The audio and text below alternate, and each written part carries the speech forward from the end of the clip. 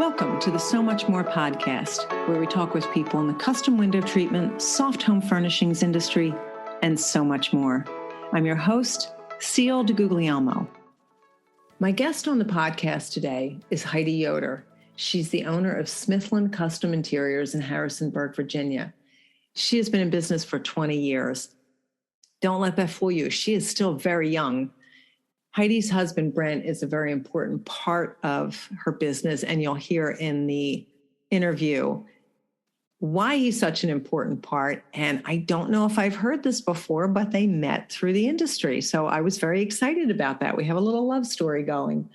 Heidi's business has evolved over time, and I really enjoyed hearing about that process for her and how she's recognizing she has passion and enjoyment in slightly different parts of our business now. I hope you enjoy hearing from her today. Heidi, thank you so much for taking the time to talk with me today. I really appreciate it. Thank you for having me, Seal. This is exciting. So you can blame one of your local workrooms for suggesting you. I did tell you. Yes, I can. It was so funny because you had been on my radar, and I was feeling a little nostalgic for our in-person get-togethers, and I was looking at pictures from CWC, and there was a picture of you and I and that person, Sharon, who mentioned you. And so I thought, I really do have to reach out to Heidi right about the same time she recommended you. So let's start a little bit with you telling us where you live, a little bit about your life and who you are. All right. Well, I live in Harrisonburg, Virginia, which is in the beautiful Shenandoah Valley. I have mountains. About any window I look out, I can see a mountain range somewhere. I just celebrated my 20th anniversary with my husband, Brent. Congratulations. He's a big part of my business, which I'm sure we'll get into. I have 3 children. 2 are in high school this year, and then my baby's still in middle school. Okay. But they are a big part of my life for sure. Yeah.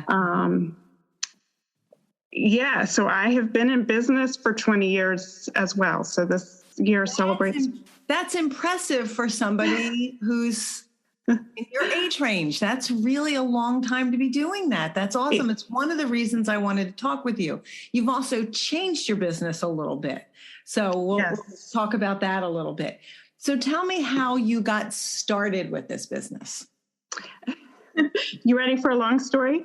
So I have always sewn. My mom got me started there. I'm one of 3 girls, and it's just something Mom got us started doing, and I made clothes for myself growing up, and it's just always been a passion of mine, something I've enjoyed doing. I also used to want a bed and breakfast, like through high school. That was just a dream of one day I want a bed and breakfast. Yeah. Well, after high school, a friend of mine, her parents were opening one in an old house here in the valley, and they had me come work for them just because they knew it was kind of a passion of mine. And so that was my first home sewing, or sewing for the home. I didn't know it was a thing, but this old house, the windows are crooked, the beds are really high, it needed a lot of custom. Mm-hmm. So that was really my first custom fabrication. Through them, I met an interior designer in the area, and I started working for her. And it just kind of grew from there. Heidi, how old were you? I was like 2 years out of high school. Wow. So at one point, so through that decorator then is how I met Brent, my husband. He was an installer for her. Okay. And so that's how we met each other. Oh, it's an industry love story. I love that. Like I said, we've been together 20 years now. And he is my my main installer now. There have been years where I had another guy who had to retire. But so that's how it got started. It just kind of started. Yeah. It was not anything I planned. It was not anything I even knew was a career path. Right. But I loved it. And at one point at the beginning, I had about 5 designers in the area that I would do work for. Mm-hmm. And they have all but one of them has retired. Okay. And did you miss not opening a bed and breakfast once you got started with this business? Well, I was an inn sitter for a while, for about a year. I inn sat for 3 different inns. Okay. And it was enough to know that it's a lot of toilet cleaning and weekends. Yeah. So it's still, my husband and I love to entertain and have people over. So that is still definitely a passion. But maybe in our retirement years, we'll have something. It's funny. My husband and I talked about having a bed and breakfast very early in our marriage. And we went to a couple when we were traveling up along the East Coast.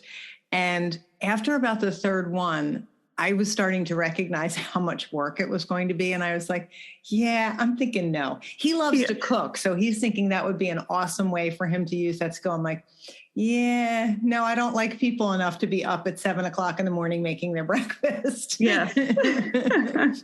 So I was just curious, since it was something that you were interested in, if that was still in the back of your mind. It's in the back of my mind. Yes. Okay. So let's talk about how your business has evolved over the years. You started out, were you only working with interior designers, or did you do any retail work? At the beginning, it was really these 5 designers kept me busy. Mm-hmm. And so I was really just the workroom. I rarely went to job sites. I didn't go on installs. I was really just fabricating. Okay.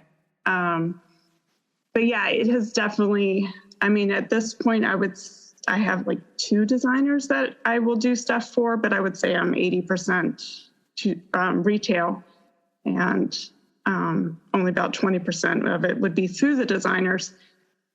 But even then, with them, I go and measure. I consult with them on, the treatment, the design, mm-hmm. and then typically my husband and I will install as well. Okay. So you're like a full service, yes, window treatment business now. Okay. I'm always curious about where people get confidence from, and in our industry, a lot of us are like, yeah, I can figure that out. I'll figure out a way to do that. One of the things that I loved about being to the trade is that I don't have to make the decisions for clients. I'm not good at it. So I'm curious, if you were in your workroom fabricating and not going to the installs and not being part of the process, how did you become part of that process? And how did you go from, I know how to make window treatments, to I can tell you what window treatments you need in your home? I'd love to hear about that evolution.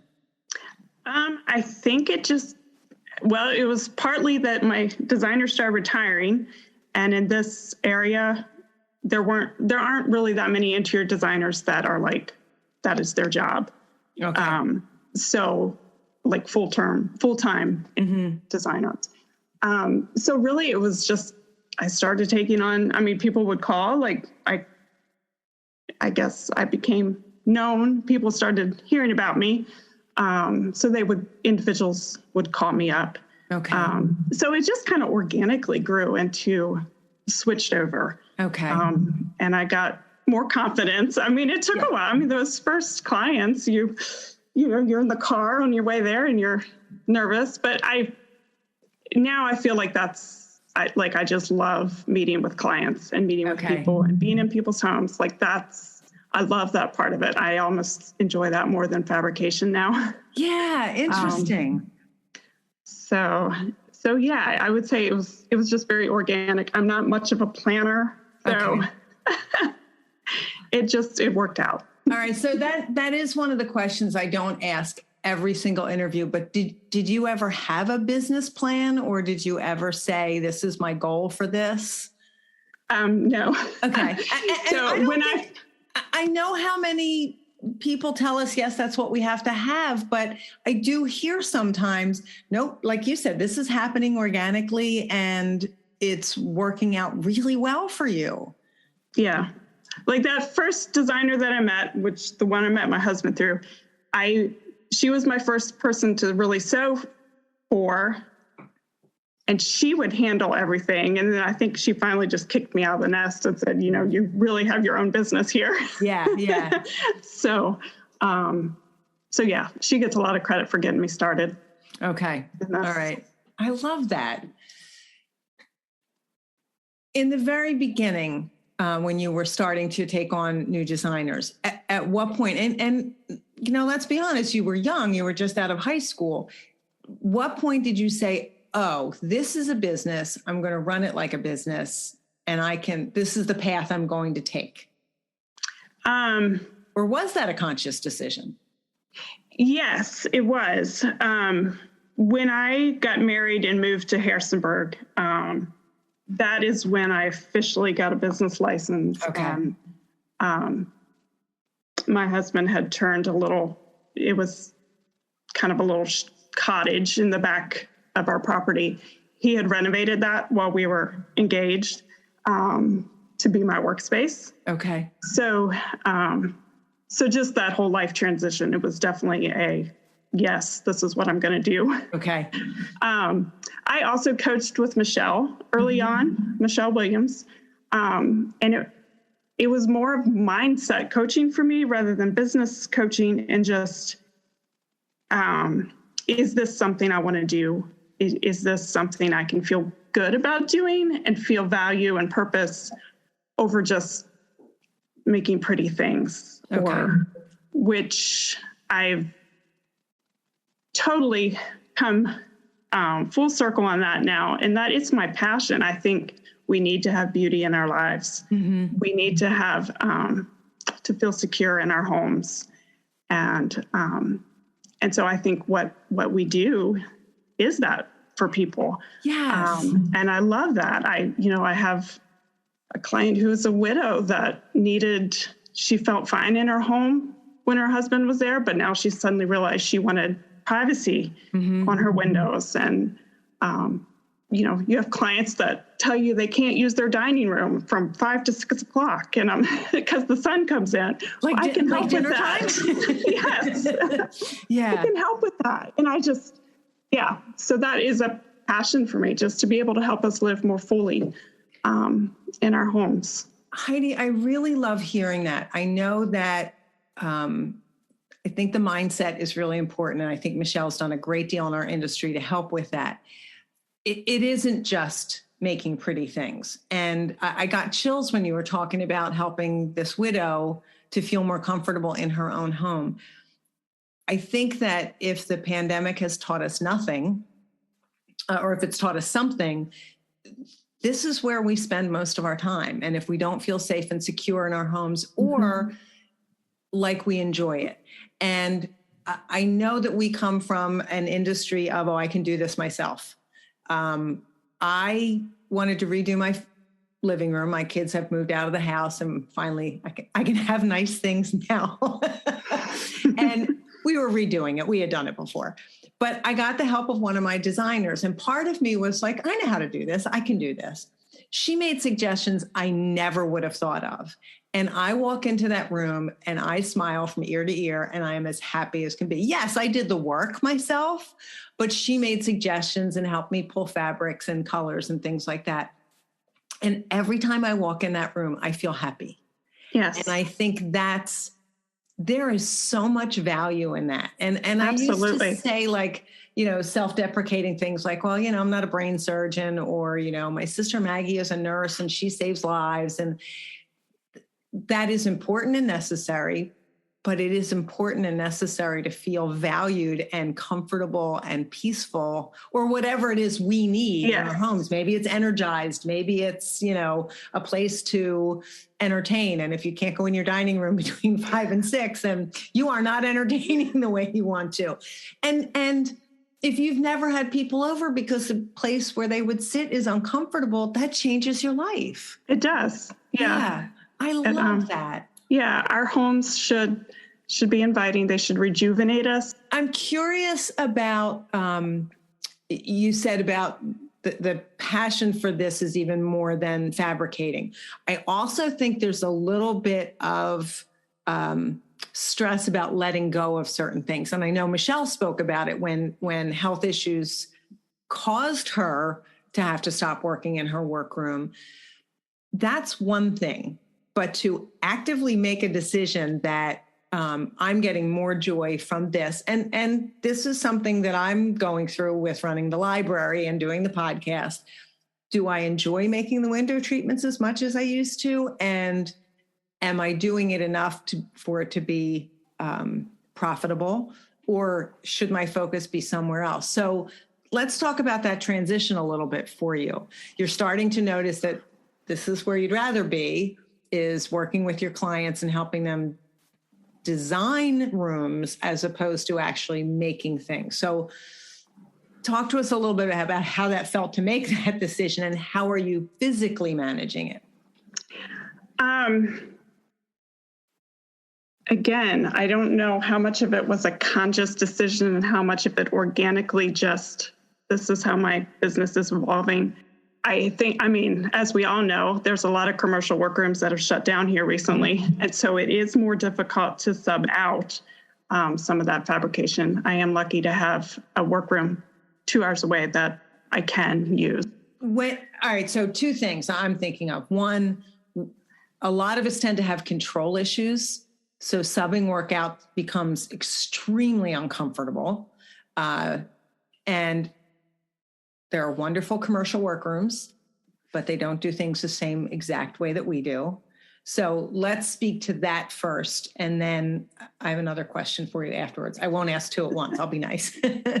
How do you let go of that? So I can sub out some of it. Mm-hmm. There are certain things that are easy to sub out. I fabricate the ones that I'm concerned about, the motif placement or the pleating to pattern or whatnot. Gotcha. So it's more just what jobs I say yes to, what jobs I could maybe give someone else's name. Blinds and shades have become, they're here in the last couple of years have become, I'm going to say 60% of my business now. Okay. So they have overtaken the whole fabrication side anyway.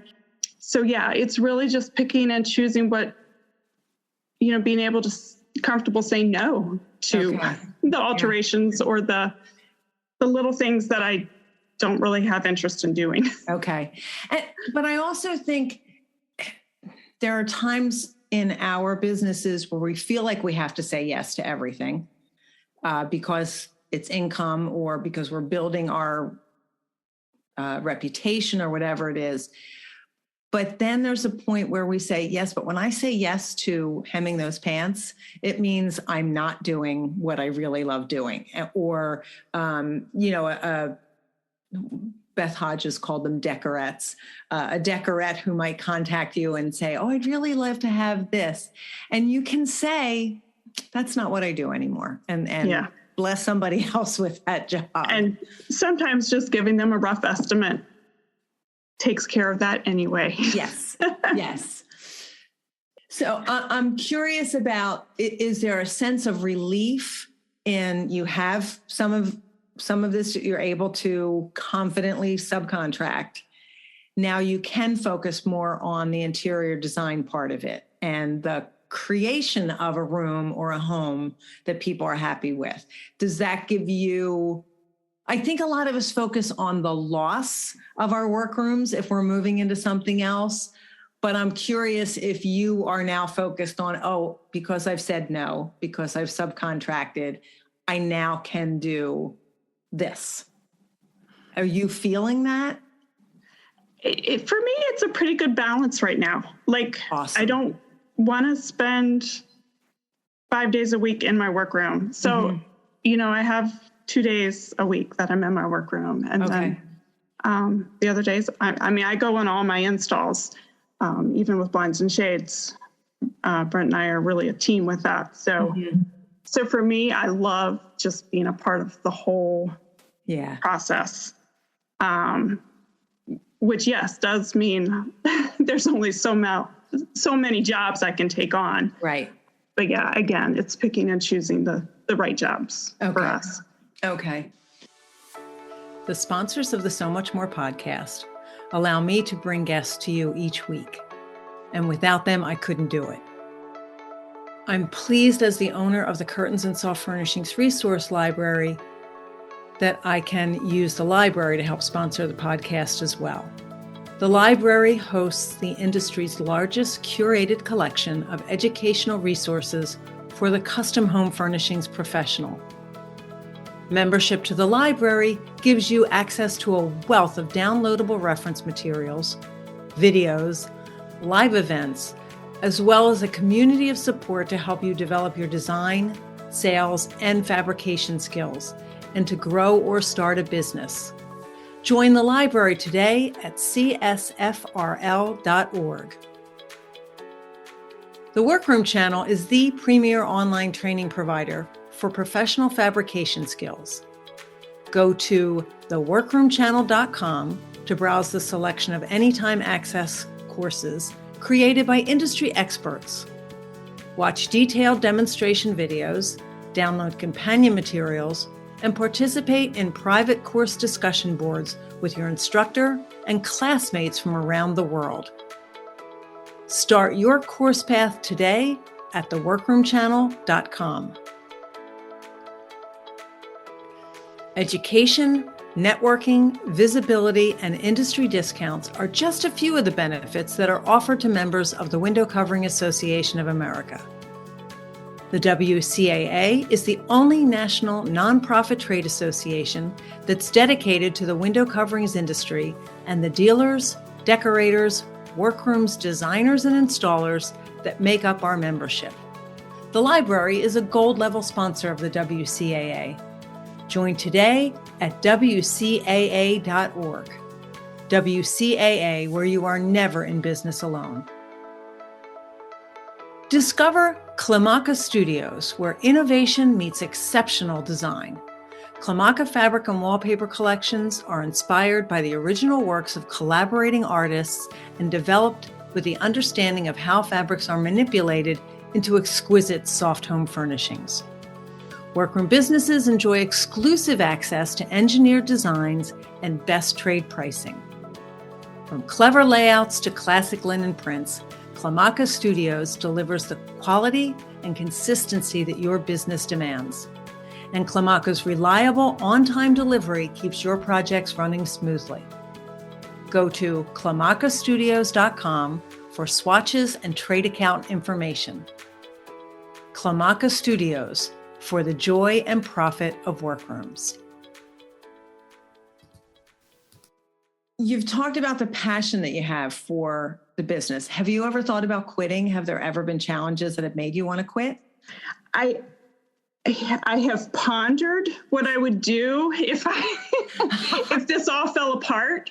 But I love that answer. I've pondered it. But I don't really have a backup plan. So I didn't come to this from, another career. Right, so I can't go back to that other career. This is what I do. So, so I think the fine tuning of it to get it to a business that I enjoy is key, because I'm only in my 40s and I'm going to be doing this for a few more years. Yeah, exactly. I love that. I love that answer, Heidi. I'm curious. There are a few people in our industry that are husband and wife teams, and I know a lot of the husbands who also install for other people.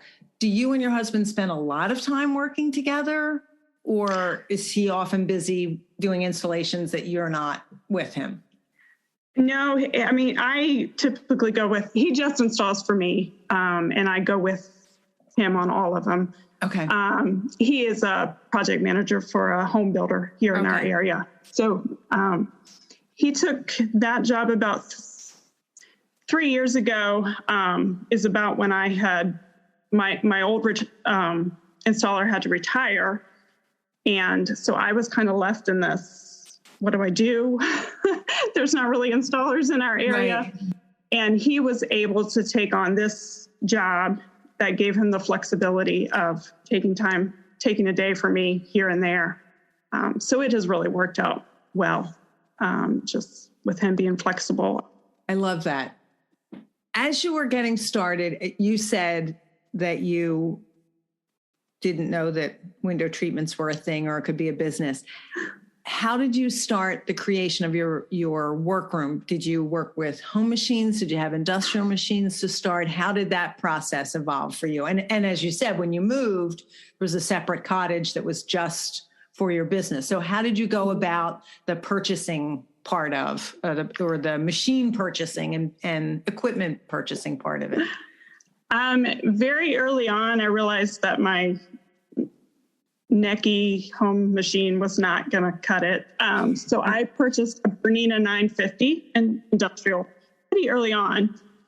That also is not a typical machine for our industry, but it is still my, it's right there. It is still my main machine. Okay. It has never broken down on me. It is my workhorse. But I bought that early on. I think my husband bought me the blind hammer early in our marriage. The things that we find joy in. And I still have that. And since I've added on a walking machine, walking foot as well. Okay. I was curious because you really did start young and you really did just go right into it. And I was wondering if there was much of a difference there. What would you say have been some of your biggest challenges in running your business? I'm going to say the post-pandemic world. Well, we're still current pandemic, but I've already had 2 emails this morning of back orders and product not coming in or coming in wrong, or blinds and shades. I had a blind come in where one of the slats wasn't painted. Like, things are just not getting through. Yeah. There's, so just, I feel like project management is time and a half now, what it used to be. Right. Just for all these issues. So just learning how to cope and manage, and because it might be like this for a little while yet. Yeah. So. Are you finding that I'm not dealing with a lot of the homeowners directly? That's my designers who do that. But I was with a designer in a client's home about 2 weeks ago, and I think they ordered a sofa in January, and I think there was a series of things. And the designer was expressing how frustrated she is to the client and how apologetic she was. And the client just kind of went, oh, nothing you can do about it. There was something that her husband had ordered for his business, still wasn't in. Are you finding that people are, okay, this is how it is right now, I have to be patient? Are you finding that people are totally intolerant of the length of time things are taking, somewhere in between? How are your clients responding to this challenge? For the most part, my clients are very understanding. I think at this stage, everybody has experienced it somewhere already. Right. That things aren't coming in. Even Amazon orders aren't arriving in 2 days. So what happened to Prime? And I'm, when I meet with a client, I say, I'm typically this far out, but I will just let you know that, things are a little crazy right now. And what used to ship in a week now takes 3. Yeah. So I'm just upfront with my client that this is what I hope will happen. Yeah. This is but please be aware that that may not be the case.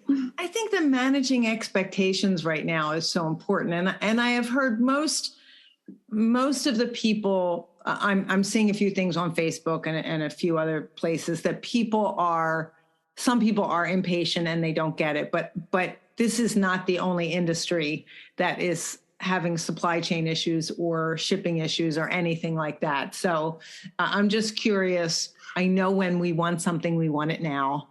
Just curious how our clients handle that. Heidi, what's your definition of success? I think it depends on the day. I like that. Right now it's the balance. So it's having enough money to have a life outside of work, but also having enough time to have a life outside of work. So it's how much do I take on? I'm just getting over an overwhelming. You had asked me to do this podcast a month ago, and I was like, "There's no way." So yeah, it's finding that balance of work to. And you have young children still. So, they're not babies, but they're still young kids, and they may be in school all day, but and finally, and they're finally in school all day. But, our kids don't stop needing us because they're teenagers. They kind of need us more then. So I think that's pretty challenging. But I love that idea of depends on the day what your definition of success is. What would you say has been your biggest success in your business?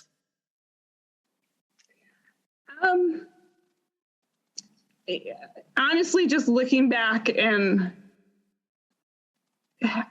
seeing that if you would have told me 20 years ago that I would have this business and that it would be financially supporting our family and it would be something I love doing.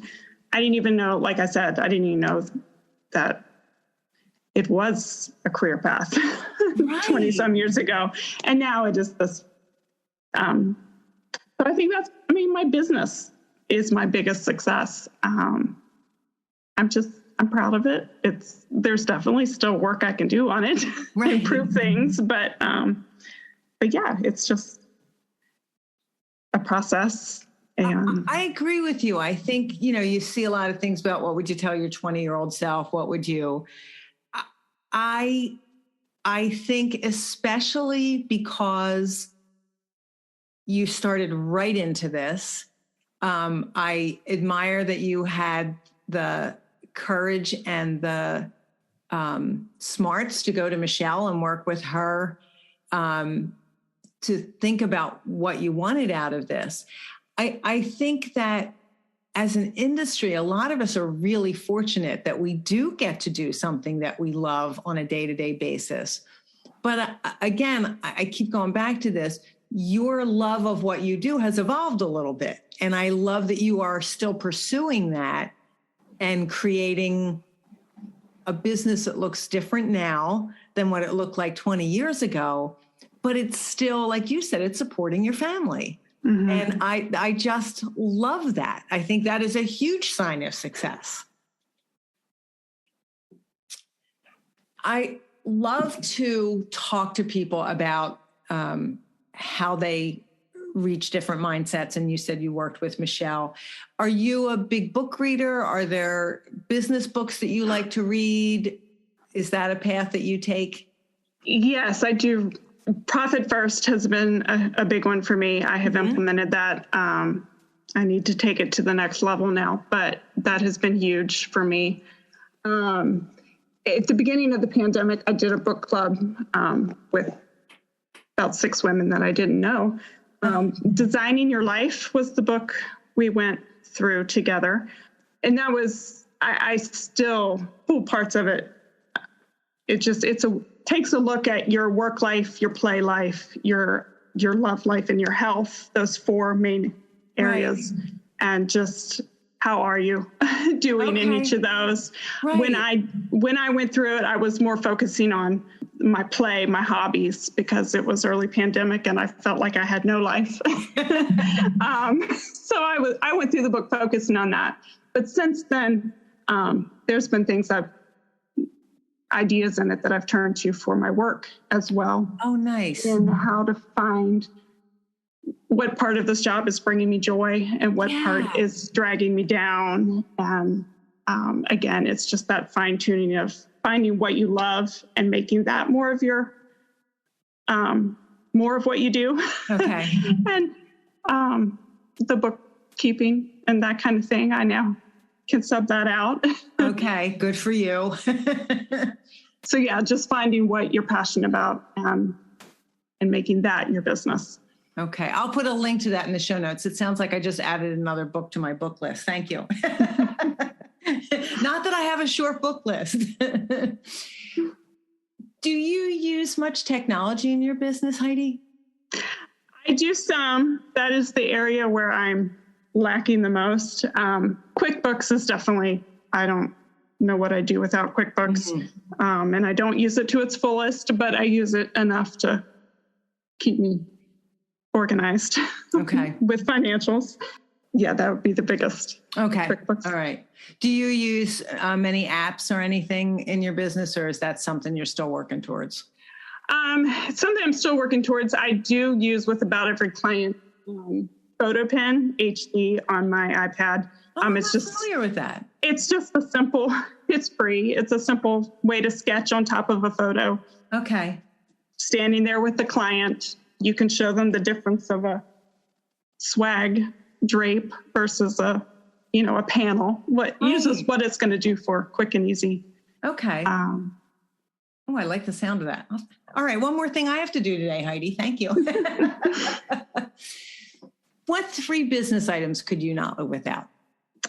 I would say first and foremost is a good installer.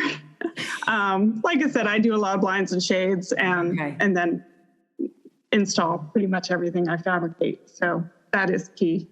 I agree. My Kanban board is key for me. Yeah.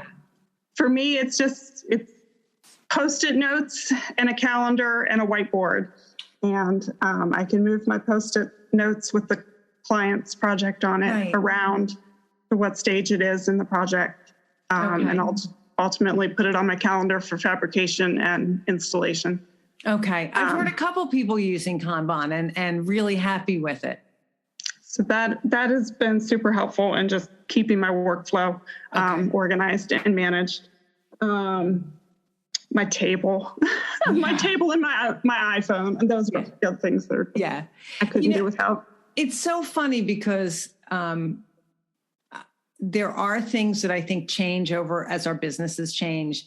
But that phone, we just keep coming back to the phone, whether it's an iPhone or an Android, the pictures we take with it, having the access to information while we're with our clients or in our workrooms and we need to look something up. I think about what we do is really low tech. Sewing is not a high tech activity. But so much of our business depends on the technology now, and we can be more efficient because of it. It's one of the questions I really love asking about. I neglected to ask you this when we were talking about success. What happens when you make a mistake, and how do you handle failures when they happen? What do you do with failure when it happens to you? I freak out and I go complain to my husband. Or one of my dear WCAA buddies. But then I pull myself together and I figure out a way to handle it. Well, thank you, because so many people say, well, I sit down, I think about how I can grow from this. And I love that answer, but freak out is usually my first response too. So I'm happy to hear that. Since you've moved into more the design area, do you, and even while you were doing more fabrication, do you do any sewing for pleasure? Not a whole lot. Mm-hmm. No, I sewed quite a few masks early on, but yeah, I'm not sure that was for pleasure. That was for any necessity. Of us. Yeah. No, I don't do a whole lot, and I haven't gotten my kids into it either. Okay. We've attempted a few projects here and there, but it's never really taken off with them. You mentioned hobbies earlier. What hobbies have you made time for? I enjoy hiking. Like I said, we're here I'm 30 minutes from Shenandoah National Park.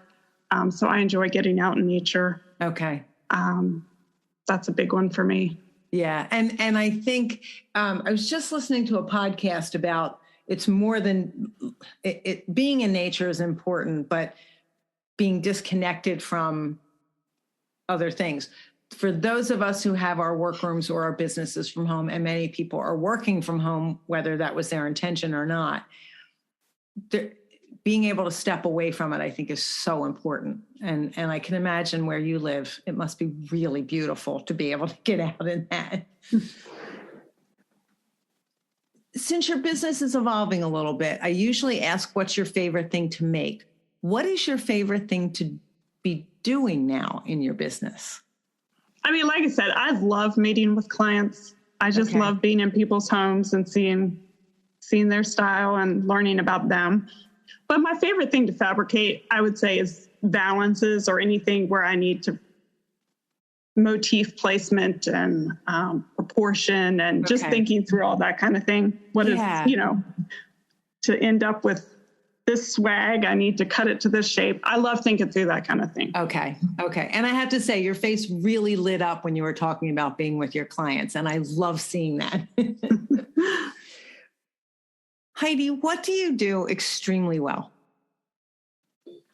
Like I just said, I think I work well with my clients. Okay.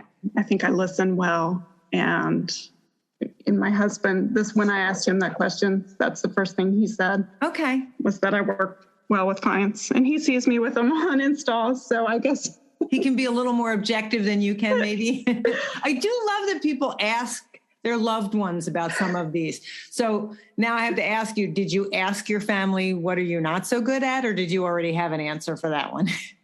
Yes. So using technology. Okay. Yeah. Yesterday, I think I spent an hour trying to send 2 photos in a zip file. So frustrating when that happens, isn't it? Photo.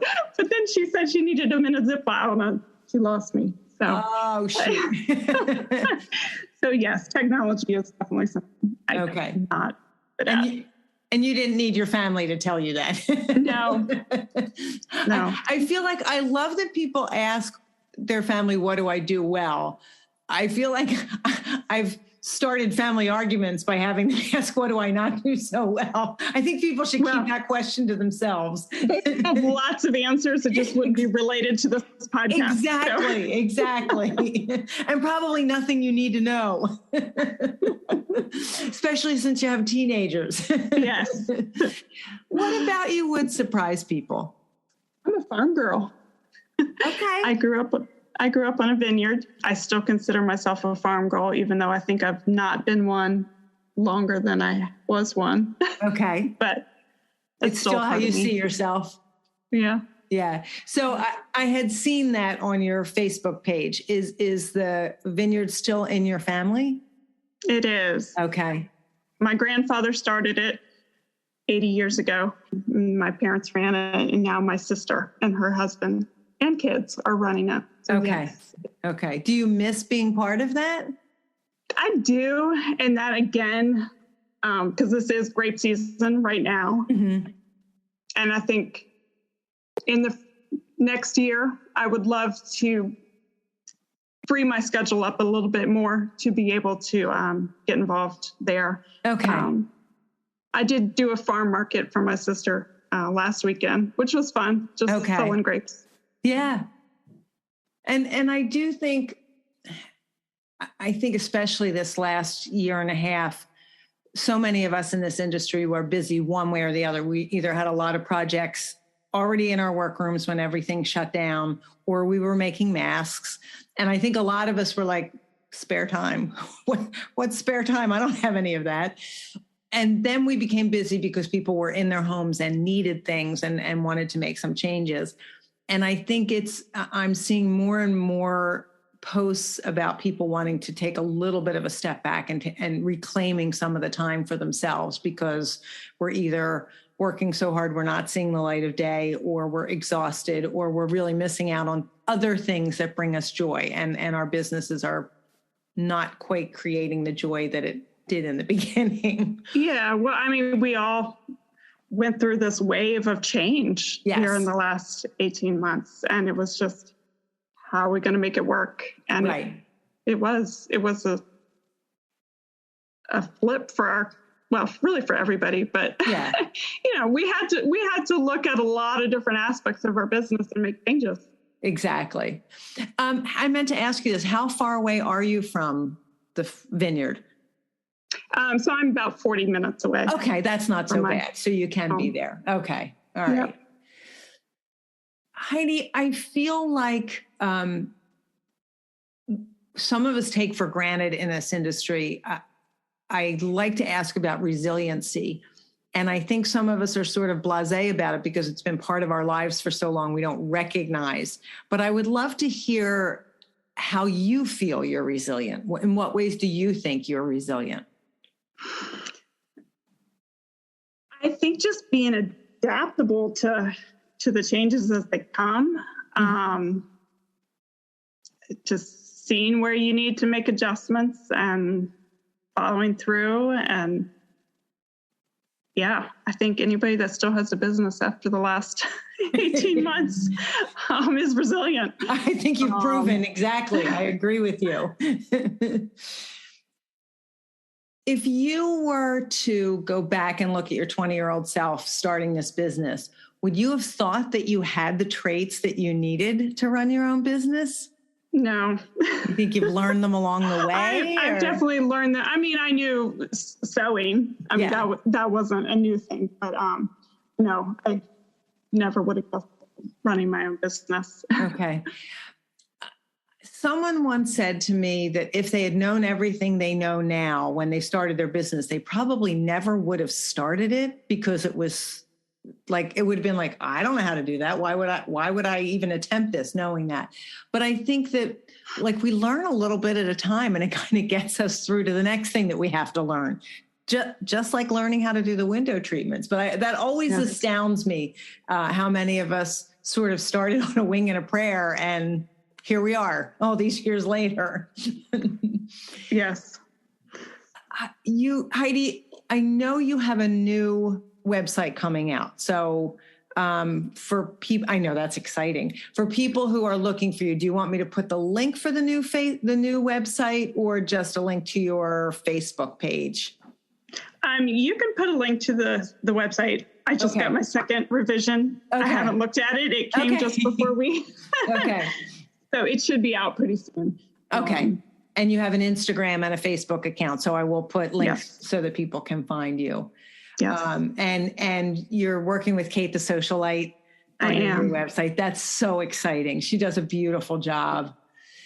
Yes. So my final question, and then I'm going to let you get back to work. What advice would you have for someone who's just starting out in this business or someone who's been in business for a while? I think what we were just talking about 20 years ago, what would I have told my 20-year-old self? Mm-hmm. It's easy to get overwhelmed with all the information that's out there. And at least for me, I agree. I agree. There's this method I could try. There's this technology I should implement. There's this. Try not to get overwhelmed with all that stuff. Mm-hmm. File it away, but we need to identify our own goals and our own pain points and focus on what is going to move us in that direction, in the right direction for us. Right. Down the road, we are going to need that next thing. But for right now, we can't implement it all. We can't. There are times in my business if I get overwhelmed, I can't listen to work podcasts. I can't read Vision magazine. Yes. I get overwhelmed because it's just one more thing that I feel like I need to be doing differently or better or more efficiently or yes. Which, yes, I do, but you can't implement it all at the same time. So just know yourself, know your business and what you need. Heidi, I think that is among some of the best advice that anyone's ever given on this podcast. And I'll tell you why. I get overwhelmed too. And I've always kind of made fun of myself about it. But the fact of the matter is that if you take in too much, it paralyzes you. Not everybody. There are people who could go to a 5-day conference and write notes and start implementing things the day they get back. I would go to a 5-day conference, come home and get in bed because I'd feel so overwhelmed by the amount of information. But you're right. I think that you have to know yourself and know what your limits are, and that you don't have to implement everything you learn the second you learn it. Yes. And there's so much wonderful education, but you can't take it all in at once. Yes. I think that is wonderful advice. And I am so grateful to you for taking the time to talk with me this morning. Thank you so much, Heidi. Well, thank you so much for having me. This has been great. Oh, it's been my pleasure. I really hope that you enjoyed hearing from Heidi today. I love how we all have so many differences in our businesses, even though we're all in similar businesses. I love that Heidi started right out of high school. I love that she started right away with an interior designer. I just love that our stories are all so uniquely different. And I love seeing what she has done with her business as it has morphed and grown. Thanks so much for taking the time to listen today. I hope you have a great day.